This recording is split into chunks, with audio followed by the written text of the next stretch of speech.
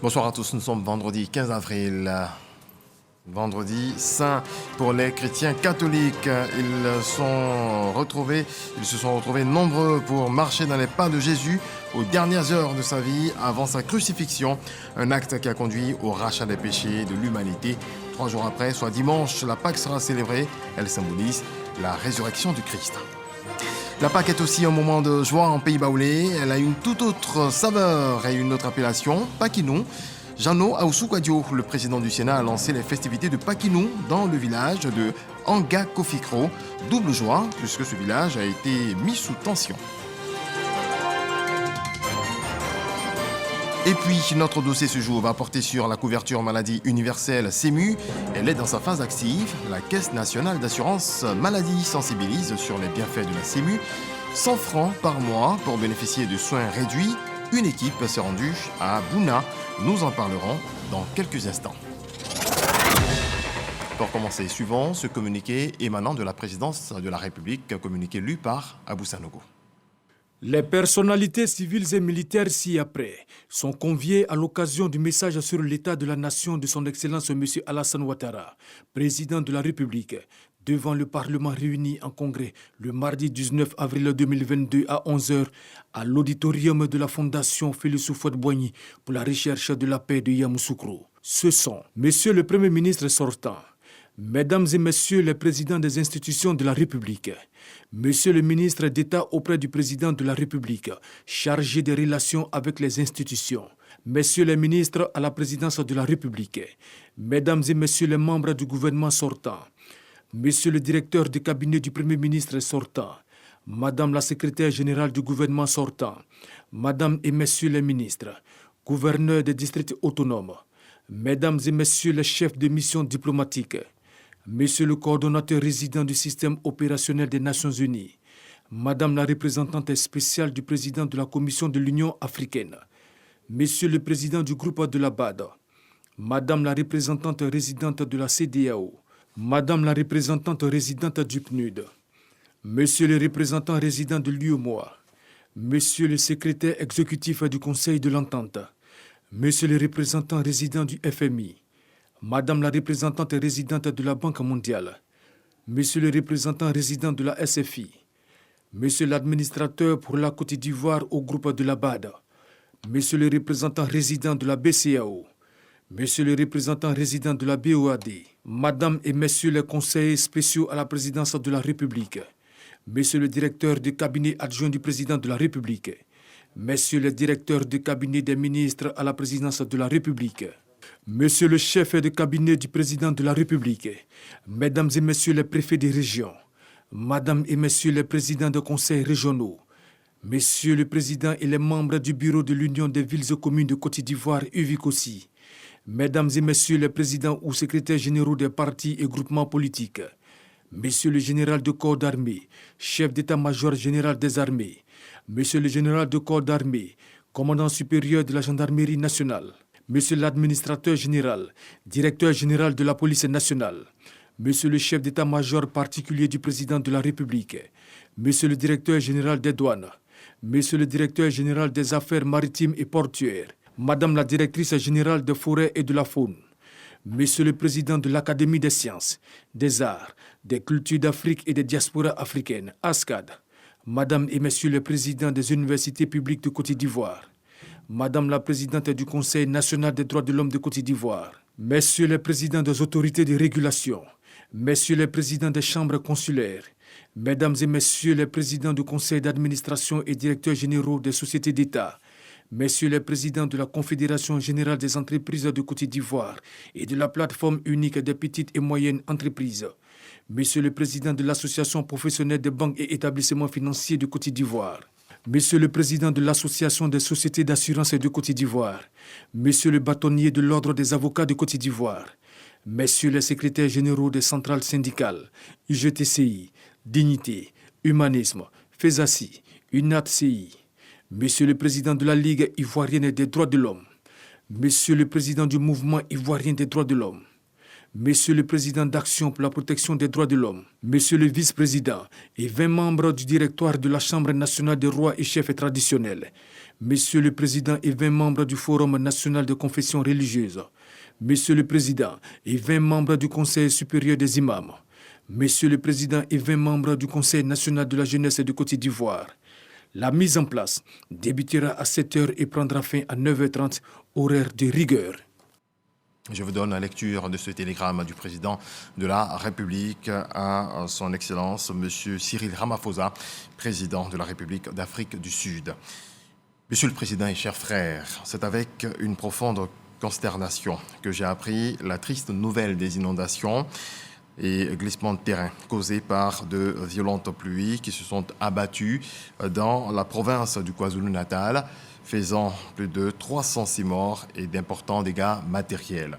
En cette douloureuse circonstance, je voudrais, au nom du peuple et du gouvernement ivoirien, ainsi qu'en mon nom propre et au gouvernement sud-africain, de même qu'aux familles éplorées, présenter nos condoléances les plus attristées et nos sentiments de profonde compassion.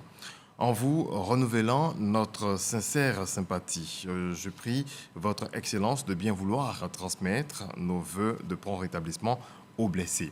Très haute et fraternelle considération, signée Alassane Ouattara, président de la République de Côte d'Ivoire. Oui, l'Afrique du Sud est en deuil. Les inondations qui frappent le pays depuis 5 jours ont fait près de 400 morts et 41 000 sinistrés, selon le dernier bilan présenté ce vendredi. Les recherches se poursuivent. La plupart des victimes ont été enregistrées dans la région de Durban, ville portuaire du KwaZulu-Natal, ouverte sur l'océan Indien et épicentre des fortes pluies qui ont commencé le week-end dernier. Un total de 40 723 personnes ont été touchées. Malheureusement, le nombre de décès continue d'augmenter. Le dernier bilan enregistré faisait état de 395 morts, a déclaré dans un communiqué le département de la coopération et des affaires traditionnelles de la province. Dans cette grisaille, les chrétiens se souviennent de la mort de Jésus-Christ à la croix, un sacrifice qui efface le péché de l'humanité et libère de la condamnation. En Côte d'Ivoire, c'est par des processions que les chrétiens se sont rappelés des dernières heures de Jésus sur terre. Patricia Omouetia. Le chemin de croix comporte une procession interrompue par des prédications, des méditations et des prières, effectuées en s'arrêtant devant 14 stations. Pratiqué surtout au moment du carême et le vendredi saint, le chemin de croix est une dévotion au Christ souffrant. Une cérémonie qui commémore la passion du Christ ici dans les paroisses Saint-François-Xavier et la chapelle Notre-Dame des Victoires d'Abobo. À travers ce chemin, nous sommes invités, nous chrétiens, à la suite du Christ, à porter aussi nos croix quotidiennes, les croix de tous les jours, liées à nos difficultés, à nos faiblesses, à nos limites, à nos souffrances, à nos maladies, tout ce qui est échec, tout cela. Nous devons pouvoir, comme le Christ, porter cela parce que nous ne sommes pas seuls, il est avec nous. C'est le jour des ténèbres, mais en même temps de la lumière. Comme disait Saint Jean dans son prologue, au chapitre 1er, il dit aussi que et la lumière brille dans les ténèbres et les ténèbres ne l'ont pas arrêté. Voilà. Les ténèbres ne peuvent pas arrêter la vie. La vie transcende toujours. La vie, c'est Jésus-Christ. Et c'est par ce chemin-là pour dire que c'est un sacrifice. C'est une oblation totale, un don de soi. Il s'est livré, il s'est vidé jusqu'à la dernière goutte de son sang pour nous donner la vie. Au fil de ces 14 stations, ce chemin de croix offre aux chrétiens d'approfondir le mystère de la Passion à travers de brèves méditations résolument ancrées dans la contemplation de Jésus. La communauté Aris d'Aboboté a également commémoré cet acte dans la prière et la méditation. Nous avons adapté à notre communauté. Vous voyez que les gens chantent et puis nous faisons la prière de conclusion en langue. C'est comme ça que notre communauté fonctionne. La tenue noire symbolise simplement que la lumière qui est venue dans ce monde est éteinte aujourd'hui. Quand bien même quand la lumière va revenir à partir de demain, nous allons retrouver notre tenue blanche. Dans la tradition chrétienne, le chemin de croix est un acte dévotionnel privé et communautaire. Tout en commémorant la passion du Christ, en évoquant 14 moments particuliers de celle-ci, le fidèle souhaite recevoir la grâce de communier intensément aux souffrances du Christ, sauveur des hommes. Les chrétiens de l'église du Christ Mission Aris de Niangon, Temple Noé, se sont également rappelés du sacrifice de Jésus. Des séances de prière ont été organisées, les fidèles exhortés à la pratique de l'amour. Frédéric Oulay, Godefroy Okamawa. Cérémonie de recueillement et de prière, les fidèles chrétiens de l'église du Christ Mission Aris de Niangon, Temple Noé, se souviennent encore des souffrances de Jésus-Christ liées à son sacrifice à la croix. Le prédicateur Jules Biti, responsable de la dite église, exhorte les fidèles au pardon et à prôner la paix. Jésus a pardonné à tous ces hommes-là qui l'ont injurié, qui l'ont maltraité. Il a demandé que Dieu pardonne à tous ces gens-là. Donc c'est le grand message qu'il doit laisser à toute la nation ivoirienne. Nous qui vivons en Côte d'Ivoire, nous devons faire comme le Christ. Nous devons pardonner. Que tu es homme politique, tu es homme religieux, militaire, il faut pardonner. La Côte d'Ivoire a besoin de pardon. La Côte d'Ivoire a besoin de paix. La Côte d'Ivoire a besoin de réconciliation. La célébration de ce culte ce vendredi saint, en tenue noire, symbolise le deuil après la mort du Christ, mais aussi prépare à la commémoration de sa résurrection. Des prières ont été dites et adressées en faveur des personnes qui traversent des moments difficiles, mais aussi pour la réconciliation en Côte d'Ivoire. Pakinou, c'est une autre appellation de la Pâque en Pays baoulé. Elle a un autre sens. C'est un moment de retrouvailles. Il est aussi mis à profit pour parler développement. À juste titre, le village de Anga Kofikro a été mis sous tension par le président du Sénat, Jano Aoussou Kouadio, qui a lancé dans cette localité les festivités de Pakinou. Kader Sogodogo. Le président du Sénat, Jano Aoussou Kouadio, soulevant la main du secrétaire d'État Brice Kouassi. Cela est inédit. Que de chemin parcouru. Tous deux avaient promis le développement aux populations de Didier Vie. Et ils sont en passe de tenir parole. Didier Vie et ses 143 villages sont désormais connectés au réseau électrique national. Aucun village de Didier Vie n'est dans le noir. Aoussou Jano vient de connecter le dernier village, Angan Kofikro. La joie, le bonheur que le président de la République, Alassane Ouattara, donne à nos populations. Vous avez remarqué comment nos populations, ce vendredi saint, étaient heureuses d'avoir enfin l'électricité dans ce village. En 2011, sur les 143 villages que compte le département de Didier Vie, nous n'avions que 46 villages électrifiés. Le porte-parole des populations mesure pleinement ce coup de pouce de l'État dans le développement du village. On a tapé à toutes les portes. On a essayé de voir les différents projets. Aujourd'hui, enfin, nous avons le courant. Cette fête de la lumière à Angan Kofikro fait office de lancement de Pakinou 2022, où le peuple baoulé, originaire du centre de la Côte d'Ivoire, marque son retour dans les différents villages pour des retrouvailles fraternelles dominées par le développement et la culture. Le président du Sénat, soucieux du développement dans tout le grand centre, au pupitre, fait apprécier le vent nouveau qui souffle sur la Côte d'Ivoire. La lumière, le jour de la passion du Christ. Nous sommes venus à Angan Kofikro vraiment avec tout ce que nous avions comme force, comme amour pour exprimer notre joie et nos remerciements à un homme qui a facilité tout cela, le président Alassane Ouattara. Cette mise sous tension électrique à Angan Kofikro a donné lieu à une liesse populaire. Il en sera ainsi durant toute la période de Pakinou dans le grand centre. Rassurez-vous, l'aspect religieux ne sera pas oublié. Pâques reste la résurrection de Jésus-Christ. En bref, et en image, en sa qualité de cadre du RHDP et président de l'association des cadres du Grand Centre ACCD, Amédée Kouakou effectue une tournée en zone rurale au centre du pays.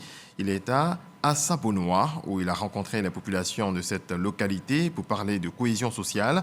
Au cours de cette rencontre, le château du village a été inauguré pour le bonheur des populations. Ils sont nombreux, ceux qui souhaitent fêter Pâques en famille. Ils ont presque tous choisi les mêmes dates pour effectuer les déplacements. Une atmosphère particulière règne donc sur les gares et dans les corridors en ce moment, comme nous le dit Walter Amadou Ouattara. Ils sont nombreux. Ces voyageurs assez particuliers et très optimistes qui choisissent de se rendre au corridor de GESCO afin de rallier leur destination en cette période de fête de Pâques. Comme ici, à des fois, si on vient, on peut avoir voiture facilement. C'est à cause de ça on est venu ici aujourd'hui. Si on n'a pas eu, on va se retenir à la gare. Ce choix est jugé trop risqué pour d'autres qui préfèrent les gares conventionnelles. On y trouve des usagers non chrétiens qui profitent de l'occasion pour des retrouvailles familiales. Je vais aller faire cette fête-là en famille et montrer combien de fois qu'Abidjan est trop encombré et que c'est vraiment Boaké qui est plus intéressant pour la Pâques. Il y a des grands frères qui sont chrétiens et moi je suis musulman. Dans la famille, je pense que c'est la convivialité, quoi. Dans cette gare routière située dans la commune de Yopougon, la bonne planification des heures de voyage et le renforcement du parc automobile semblent avoir pris le dessus sur le désordre que créaient les voyageurs du dernier jour. Pour la période des Pâques, les dispositions que nous avons prises, c'était de surtout augmenter le parc automobile. Nous nous sommes dotés de plus d'une vingtaine de cars pour pallier à ce manquement-là. En temps normal, à Yopougon, ici, on faisait 15-16 départs. Et dans cette période de Pâques, on monte jusqu'à 30, 32, 33. On évacue très facilement les passagers. Je vais à Yamsoko. Vu l'heure à laquelle je suis arrivée, je pense que je n'ai pas trop attendu, ça va. Chaque fois en période de fête, on va dire que c'est toujours l'affluence dans les gares. Ça fatigue un peu, mais on fait avec. Sur le terrain, une délégation du Haut Conseil du patronat des entreprises de transport routier divulgue les dispositions arrêtées par cette structure. Ces dispositions sont la sécurité surtout. Et voir si les usagers sont bien traités dans les gares routières. Nous recommandons qu'ils fassent un chauffeur, un voyage, c'est-à-dire un aller et retour pour non seulement sa sécurité et la sécurité des usagers. Parce que si vous faites faire 2, 3, 4 voyages par un chauffeur, je pense qu'il va avoir la fatigue, le sommeil, ça va entraîner effectivement des accidents. Retour au corridor de GESCO. Une équipe du ministère des Transports sensibilise pour 0 accident. Les conducteurs de cars et de véhicules personnels sont invités au respect du code de la route. Les passagers doivent aller et revenir en toute sécurité. Il faut respecter le code de route. Il faut éviter l'excès de vitesse. Il faut éviter l'alcool au volant. Il faut éviter les dépassements dangereux. Ils nous ont dit de ne pas prendre de surnom, d'aller doucement. Et c'est ce que nous faisons. S'il y a des défaillances sur la voiture, que vous êtes tellement en vitesse, le véhicule veut vous laisser, vous pouvez avoir des accidents. Moi, ils m'ont demandé de porter ma ceinture, de dégager devant pour que je ne sois pas en insécurité. Ça attire notre attention parce qu'en sortant de la maison, parfois on oublie les règles élémentaires de conduite et de circulation. Malheureusement, la séance de sensibilisation n'aura pas le temps de parvenir à son terme lorsque l'équipe est informée d'un carambolage impliquant une dizaine de véhicules. Bilan, 4 blessés et de nombreux dégâts matériels. Restons sur la route. Depuis ce vendredi 15 avril à 6h, le FER, Fonds d'entretien routier, a procédé à l'ouverture à blanc du poste à péage de Grand Bassam. Pour l'heure, aucune information sur le prix du péage. Il est gratuit pour l'instant. Les automobilistes ont exprimé leur joie de circuler sur cette voie qui leur permet de gagner en temps. L'autoroute à péage Abidjan-Bassam n'a pas une envergure seulement nationale. Elle s'inscrit pleinement dans une perspective régionale puisqu'elle concrétise le premier maillon de l'autoroute transafricaine Abidjan-Lagos. Autre volet de l'actualité, le ministre d'État, Téné Birahima Ouattara, a effectué une visite de terrain à Akwedo, ancien camp pour échanger avec ces hommes. Il s'agissait pour lui de toucher du doigt leur réalité. Il les a invités à la discipline. Le ministre a également participé à la rupture de jeûne avec les militaires. Abou Sanogo. S'imprégner des réalités des militaires, recenser leurs préoccupations afin d'apporter des solutions idoines pour leur bien-être. C'est le sens de la visite terrain du ministre d'État, ministre de la Défense Téné Birema Ouattara, à Akodo, ancien camp. L'un des plus anciens camps du pays qui abritait 3000 familles, exposé sur l'armée de terre, qui a principalement en charge la défense du territoire contre toute agression extérieure. Visiter des installations et échanger avec ces hommes à la place d'armes de l'état-major de l'armée de terre. Téné Birema Ouattara a assuré ces hommes de l'engagement du président de la République Alassane Ouattara à créer les conditions meilleures de vie et de travail afin de leur permettre d'assurer avec efficacité leur mission régalienne de sécurisation et de protection du territoire national. Partout dans le pays et singulièrement dans nos casernes, des travaux d'infrastructure sont en cours de réalisation pour votre bien-être et votre bien-vivre. Vous pouvez constater également que toutes les mesures pour la mise à disposition progressive des équipements personnels constituant le paquetage individuel sont en cours. Tous ces efforts consentis par le président de la République, chef suprême des armées, visent à permettre d'être aptes à accomplir vos différentes missions. Après son adresse, Téné Birema Ouattara s'est rendu au premier BCP, le premier bataillon de commandos et de parachutistes. Des démonstrations de sauts et de techniques ont été exécutées. À l'issue, Téné Birema Ouattara a été fait commando d'honneur. Après les démonstrations de sauts, le ministre d'État, ministre de la Défense, a pris part à la rupture du jeûne avec l'ensemble des unités du plateau d'Abidjan. La période de jeûne est un moment de célébration des bienfaits du Tout-Puissant, tout en réaffirmant dans nos actes les valeurs de vivre ensemble. Je voudrais compter sur chacun et chacune d'entre vous pour cultiver les vertus chères à son Excellence, Monsieur le Président de la République, à savoir le bien-être de nos familles, de nos religions, pour que ce pays aille de l'avant. Téné Birema Ouattara a fait la prière avec ses hommes. Une rupture collective de jeûne cette nuit dans la commune du Plateau avec les femmes. Initiée par la ministre Nassénéba Touré, cette cérémonie vise à prôner le vivre ensemble entre les communautés religieuses pour la stabilité du pays. Jean-Marc Djadji. La salle des fêtes de l'immeuble Kestab au Plateau, transformée pour la circonstance en lieu de prière. En ce début de soirée, l'heure est venue ici de rompre le jeûne pour les musulmans et les chrétiens catholiques. C'est la rupture collective œcuménique initiée par la ministre Nassénéba Touré. Une occasion pour les représentants des confessions religieuses d'enseigner les valeurs de dialogue, de paix et de pardon. L'heure de la rupture, c'est un moment favorable pour être exaucé par Dieu, chers frères et sœurs. C'est pourquoi nous devons essayer de garder le calme et de demander à Dieu de nous pardonner.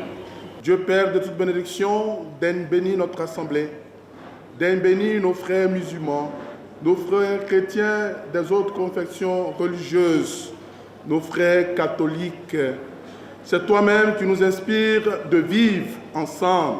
Nassénéba Touré a encouragé toutes les communautés religieuses de Côte d'Ivoire à s'approprier la norme du vivre ensemble. Dans un monde marqué malheureusement par le relativisme, nous avons impérativement besoin d'un dialogue authentique entre les religions et entre les cultures, capable de nous aider à surmonter ensemble toutes les tensions dans un esprit d'union sacrée, gage d'une paix sociale durable.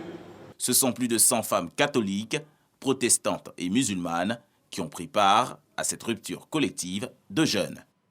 Autre chose à présent, le ministère de l'Enseignement supérieur et de la Recherche scientifique et la Confédération suisse ont signé un mémorandum d'entente. Il porte sur le transfert du capital du programme d'appui à la recherche vers le Fonds pour la science, la technologie et l'innovation. La signature a enregistré la présence de l'ambassadeur de Suisse en Côte d'Ivoire, Anne Lougomoulin. Patricia Omouetia.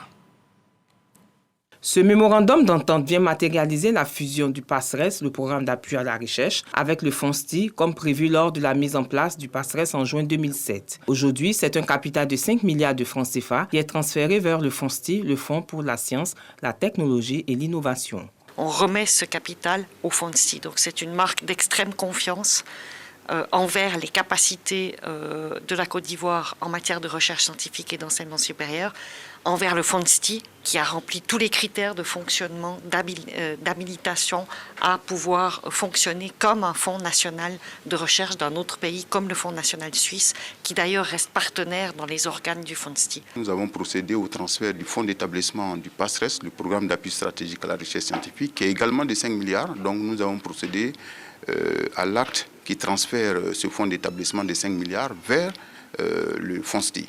Ce qui fait qu'on aura au niveau du FONSTI un fonds d'établissement qui va monter à 10 milliards et qui seront déposés en DAT dans une banque de la place. Et avec les intérêts générés par ces 10 milliards, nous pourrons financer de façon optimale les projets de recherche. En somme, ce sont plus de 1000 chercheurs ivoiriens qui ont bénéficié de l'appui du PASRES, le programme d'appui à la recherche, dans le cadre de leurs travaux de recherche. Qu'est-ce que la couverture maladie universelle? Quels sont ses avantages? Comment adhérer? Le dossier ce soir répond à toutes ces questions. La Caisse nationale d'assurance maladie, qui gère la CMU, est sur le terrain de la sensibilisation. Une équipe s'est rendue à Bouna. Eugène Atoubé.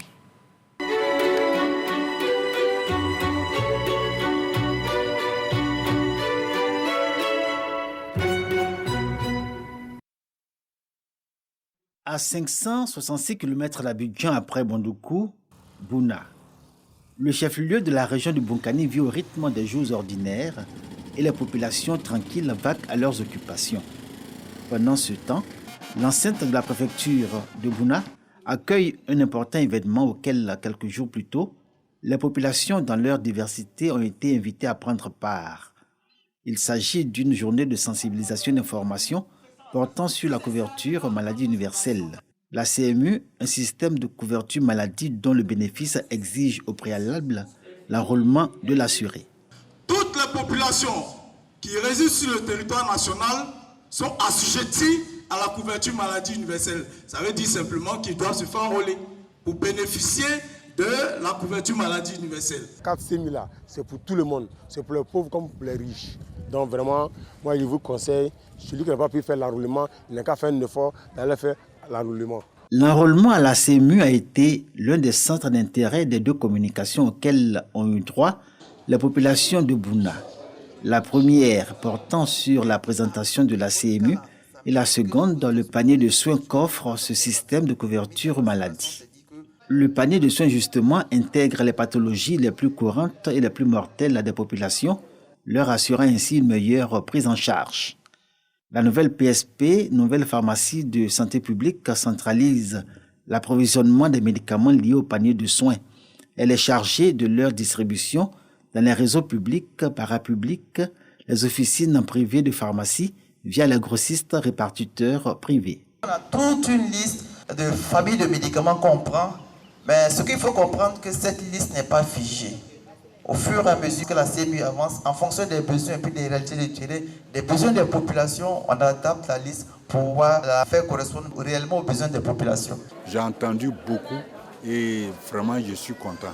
Il suffit de payer seulement 1000 francs et on est assuré. Et on peut avoir des médicaments et puis les soins à moindre coût.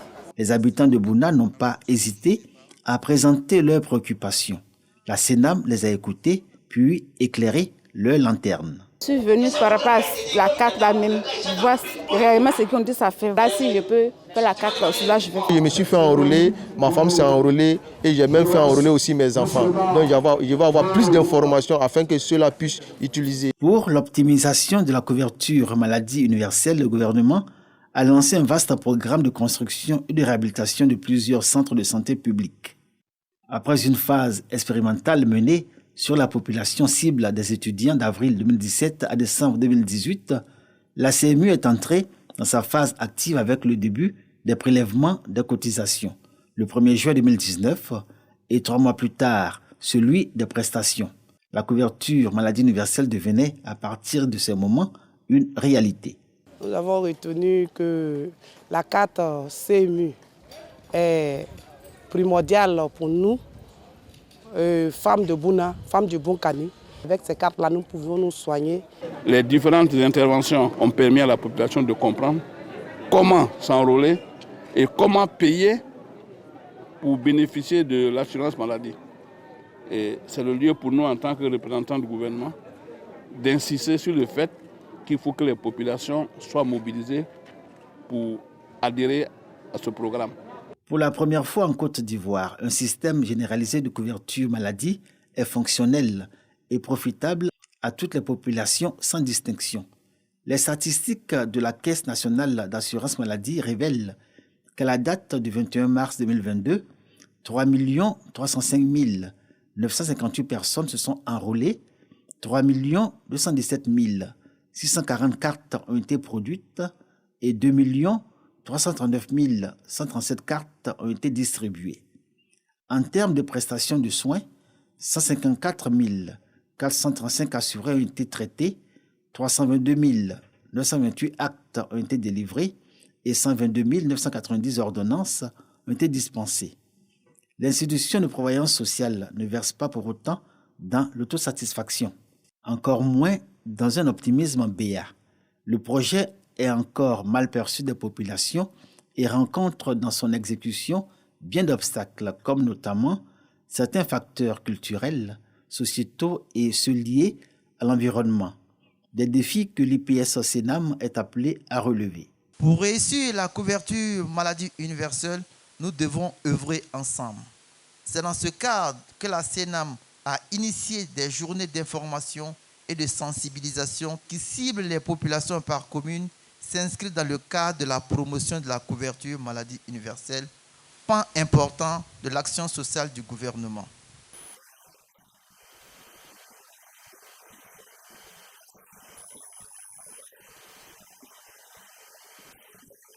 L'IPS-CNAM assure la gestion de deux régimes de la couverture maladie universelle.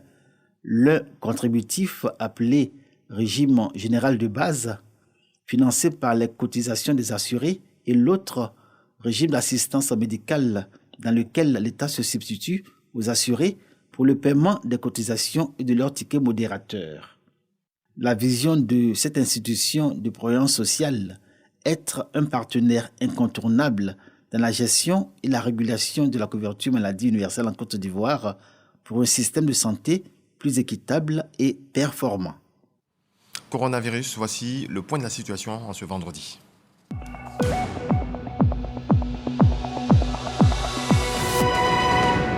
Le ministère de la Santé, de l'Hygiène publique et de la couverture maladie universelle a enregistré ce vendredi 15 avril 2022 7 nouveaux cas de Covid-19, 11 guéris et 0 décès. À la date du 15 avril 2022, la Côte d'Ivoire compte donc 81 849 cas confirmés, dont 81 020 personnes guéries, 797 décès et 23 cas actifs. Le 14 avril, 12 633 doses de vaccins ont été administrées. Dernier sujet à développer dans cette édition, c'est l'Ukraine. Plus de 5 millions de personnes ont fui l'Ukraine depuis le début de l'invasion russe, le 24 février dernier. Selon les chiffres du Haut Commissariat de l'ONU pour les réfugiés, HCR, ce vendredi, le HCR recensait exactement 4 796 245 réfugiés ce vendredi, je le disais. Selon l'Organisation internationale pour les migrations OIM, environ 215 000 non-ukrainiens ont également fui le pays. Il s'agit de la plus importante crise des réfugiés en Europe depuis la Seconde Guerre mondiale. Point final, je vous souhaite de passer une très belle nuit. Dieu nous garde.